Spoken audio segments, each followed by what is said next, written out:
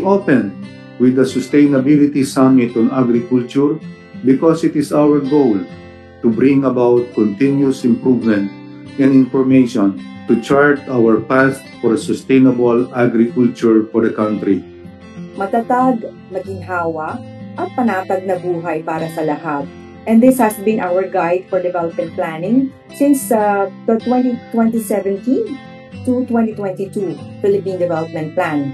Siguro mahalaga yung walang silos kasi yung binabanggit din nila doon, yung hindi lamang yung pagtutulungan ng mga nasa public, kundi pati yung sa private, they can work together.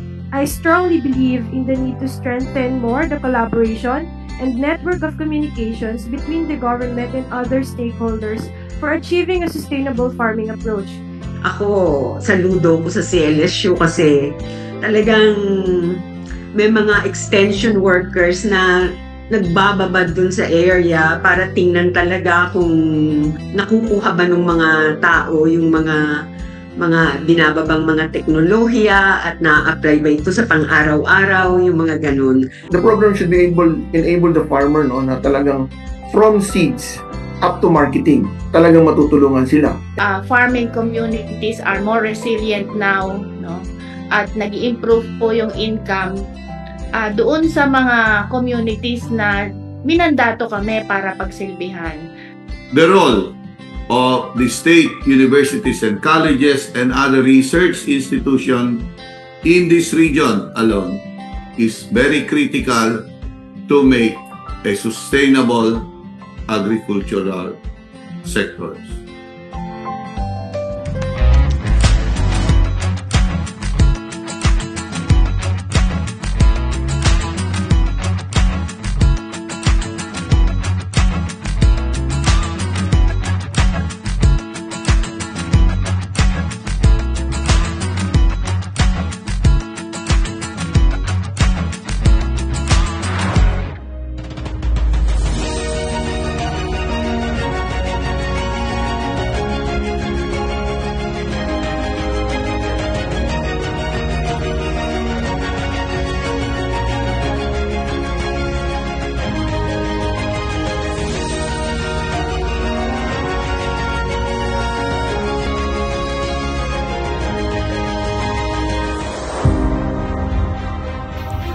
The birth of a university, the birth of a leader.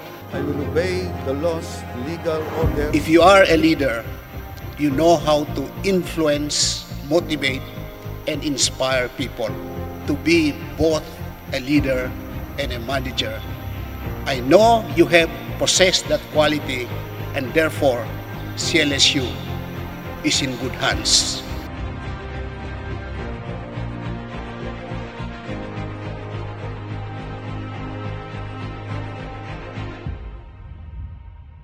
Bilang isang buong Central Luzon State University, makakamit natin ang ating mga adhikain na tiyak mag-iiwan ng marka at magdudulot ng positibong pagbabago. Maraming salamat po. Here at CLSU, one of the best universities in the country. Congratulations!